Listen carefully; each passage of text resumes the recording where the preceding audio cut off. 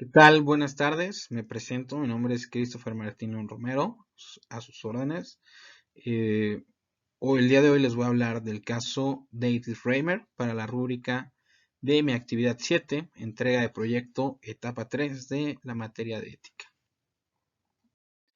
Empezaremos con una breve descripción del caso y contestando la pregunta: ¿quién es David Reimer?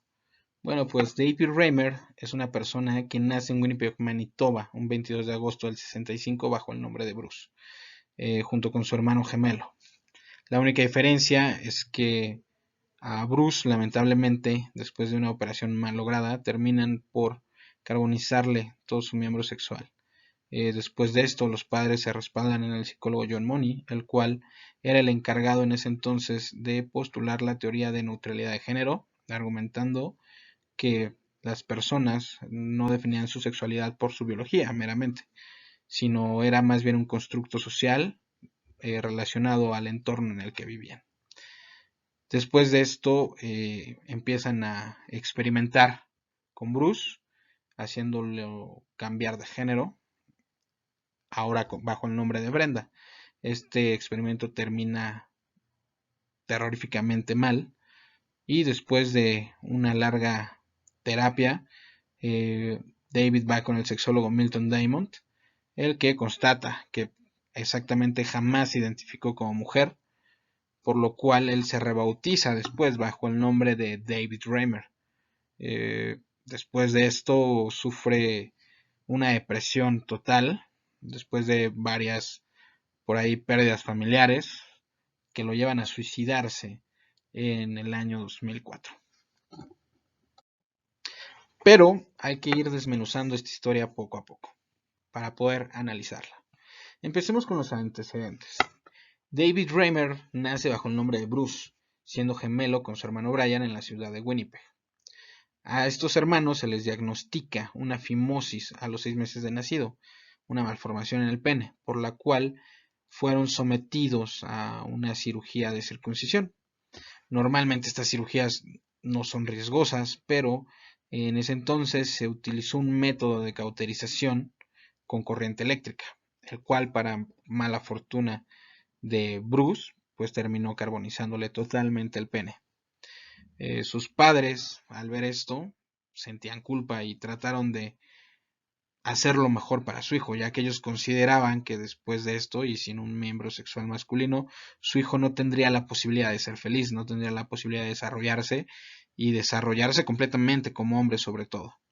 En esos entonces, el psicólogo John Money tenía la teoría de la neutralidad de género, le estaba dando mucha publicidad ya que él trabajaba con bebés intersexuales.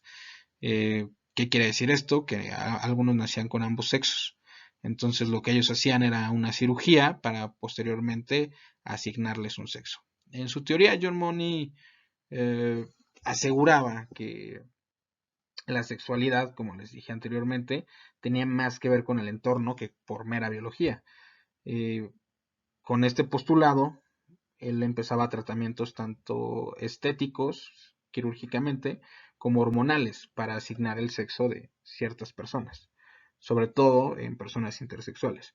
Cuando llega esta oportunidad de tener a dos hermanos gemelos, uno con pérdida de pene, el otro con un pene completo, pues su mente se abre la posibilidad de hacer este experimento con, con Bruce, eh, cambiándolo totalmente de sexo.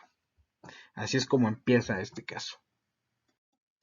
Cabe destacar que los padres, en su desesperación y bajo estas teorías de John Money, confían totalmente en el psicólogo, se acercan a él para buscar apoyo y lo demás pues es historia. Después del acercamiento de los padres con el psicólogo John Money, este los convence de que lo mejor para Bruce era la resignación de sexo, ya que lo podrían reacondicionar como mujer y podría vivir una vida plena y feliz. Por esto mismo, a los 22 meses se le practica una orquidectomía. ¿Qué es esto? Que le terminan de extirpar lo que le quedaba del órgano sexual masculino, en este caso sus testículos, y se le empieza a someter a tratamiento de estrógenos. Se le cambia el nombre por Brenda, se le empieza a tratar como mujer, a los padres se les da eh, una serie de indicaciones exactas de qué es lo que deben de hacer, ¿no?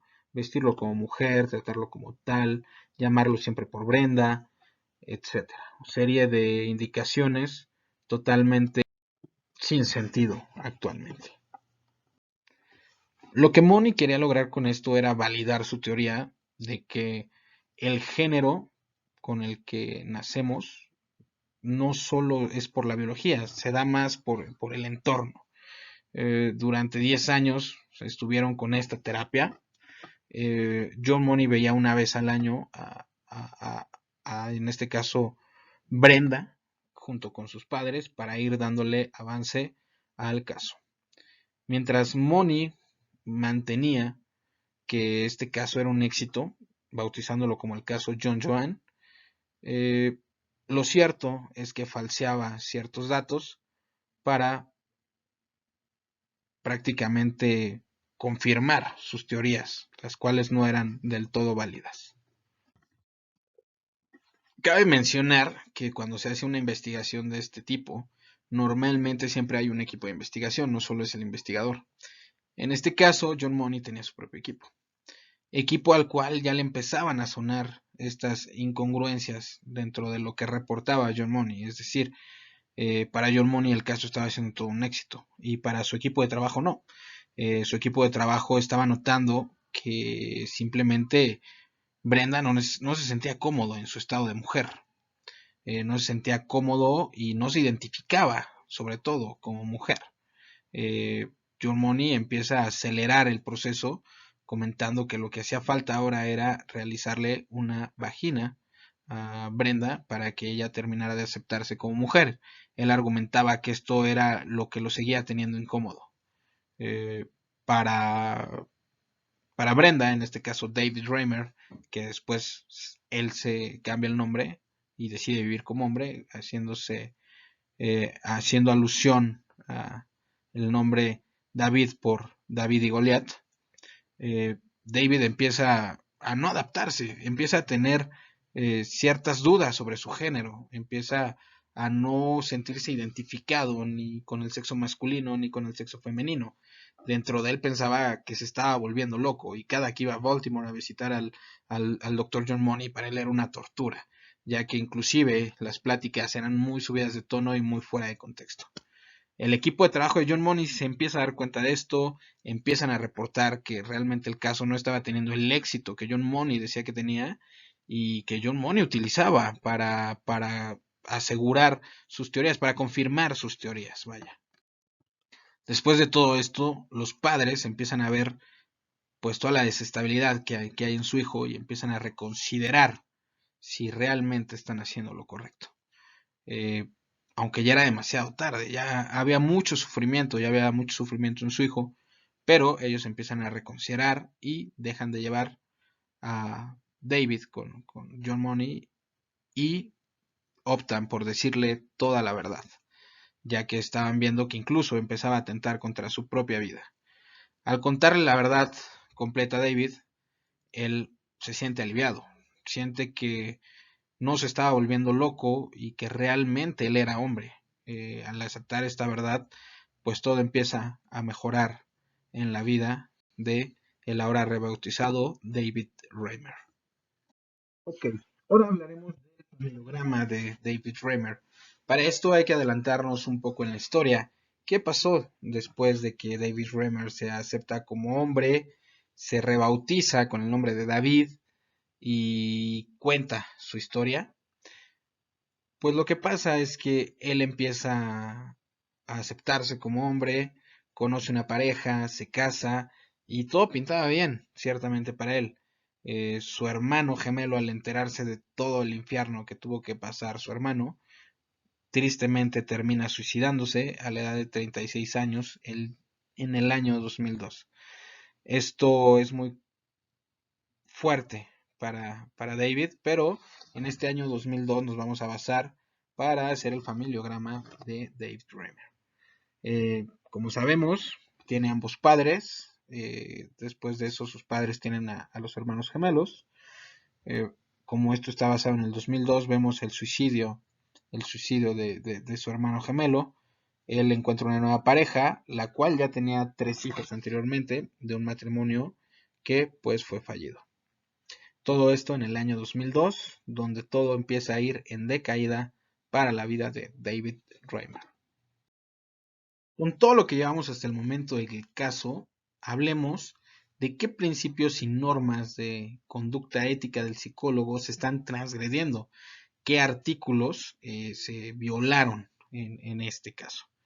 Pues primeramente tenemos el artículo 3, el cual te comenta que en áreas emergentes en las que no existen todavía normas generalmente reconocidas para la formación, el psicólogo formará las medidas razonables para asegurar la calidad de su trabajo y proteger del daño a sus pacientes, clientes, organizaciones, comunidades, estudiantes, participantes en investigaciones y otros. Pues como podemos ver, este artículo fue totalmente violado, ya que nunca se veló por la seguridad del paciente, sino solo se utilizó al paciente para validar las teorías que tenía John Money en ese entonces, para darle fuerza a su investigación. Es decir, jamás se pensó en el futuro que podría tener o en las consecuencias que podría tener toda esta mentira, toda esta farsa en la vida del paciente.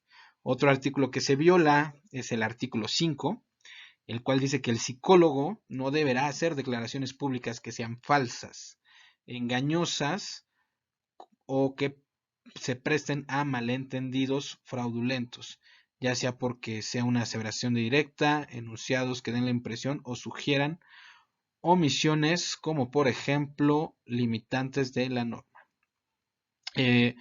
Podemos ver que aquí este artículo se violó totalmente cuando John Money empieza a hacer estas declaraciones públicas de que el caso John Joanne había sido un rotundo éxito y que confirmaba todas sus teorías, ¿no? Aquí vemos que está violando incluso el inciso H, sus publicaciones o hallazgos de investigación. Es decir, él estaba mintiendo sobre el progreso que se tenía de este caso. Y de hecho, ahondando más, pues también se estaría violando el artículo 7, el cual nos habla de que el psicólogo tiene que ser responsable con todo lo que manejan los medios de comunicación si algún día está ahí y no debe falsear información, cosa que vemos que fue totalmente cero ético por parte del psicólogo John Money. John Money ciertamente había hecho un buen trabajo en los bebés intersexuales y había postulado una teoría interesante. Cuando ya no es ético es cuando empieza a usar personas de experimentos sin importarle el riesgo que esto conlleve en cuestión de ética, ¿vale? Como podemos ver en el caso, pues se lastimó mucho a la familia Reimer, hubo mucho trauma en la vida de David, entonces realmente aquí podemos ver cómo la ética es importante en la vida del psicólogo, ya que puede perjudicar la vida de sus pacientes si no se apega al código. Ahora que ya analizamos las transgresiones que realizó John Money al código ético, vamos a ver qué consecuencias tuvo para el paciente y su familia. Pues como ya lo comentamos anteriormente, de buenas a primeras, David Reimer sufrió con el suicidio de su hermano, el cual después de toda la relación en la infancia que tuvo traumática, el hermano gemelo de David, nunca se pudo recuperar al 100%, y más cuando se enteró que realmente su hermano no estaba loco, y no era que fuera marimacho ni nada, sino que sus padres simplemente le ocultaron toda la verdad, ¿no? Lo manipularon incluso junto con John Money para que, tratando de hacerle un bien, lo dañaron. Su hermano gemelo jamás se pudo recuperar de esto y lamentablemente se suicida en el año 2002 a la edad de 36 años. Entonces fue el primero que pagó por la negligencia de John Money. John Reimer empieza a tener problemas económicos, David Reimer empieza a tener problemas económicos, pero John Colapinto, con la publicación de su historia de David, pues empieza a generar ganancias que también le benefician a David y le ayudan a poder sobrellevar estos problemas. Solo que de ahí todo fue cuesta abajo para David, empieza a perder la relación que ya había formado con una nueva persona, empieza a tener problemas después del suicidio de su hermano, su pareja con la que se había casado lo deja y pues la depresión fue fue demasiada para él, provocando su suicidio. Una historia trágica. Aquí vemos todas las consecuencias, todas las heridas que dejó esta terapia mal llevada, esta reasignación de sexo mal llevada. Porque, ¿por qué mal llevada? No quiero decir yo que la reasignación de sexo sea mala, no. La reasignación de sexo con mentiras. Que el paciente no sepa la verdad, que al paciente se le engañe. Si bien es cierto que David en su momento era un niño y un bebé, y no se le podía preguntar qué hacer y la responsabilidad recae totalmente en los padres, también es cierto que ya llega a cierta edad en la que se le ocultaban cosas, en la que se le mentía todo el tiempo, cosa que no es ética y que llevó tristemente a esta familia a sufrir pues las defunciones del paciente y de su familia, del hermano sobre todo del paciente. Eh, Consecuencias trágicas, lamentables, y que hoy en día como psicólogos pues debemos entender lo importante que puede ser nuestro trabajo y el riesgo que puede ocasionar el no ser éticos y el causarle más mal a un paciente. Ahora pasamos a las conclusiones del caso. ¿Qué me gustaría a mí comentar como conclusión? Pues que el trabajo de psicólogo es muy delicado, que el trato que nosotros tengamos con nuestros pacientes es muy delicado. No podemos tomarlo a la ligera, hay que tomarlo siempre con seriedad y por algo hay un código ético para apegarnos a él. Eh, Creo que como futuros psicólogos tenemos que ser empáticos con la gente, tenemos que siempre apegarnos a la honestidad y tenemos que evitar que cosas como este caso sigan pasando. O no solo evitar, no consentir, eh, no hacer investigaciones a costa de algún paciente. Si bien en un principio puede parecer buena idea, no lo es. Nunca es buena idea jugar con los sentimientos, emociones y estabilidad emocional de ninguna persona. Creo firmemente que la labor de un psicólogo en la sociedad es ayudar a la mejora continua de sus pacientes, es ayudarlos a que se entiendan ellos mismos mediante la verdad y no con mentiras. No es crearles mundos que no existen, imaginarios. No es querer imponer nuestra ideología sobre nuestros pacientes.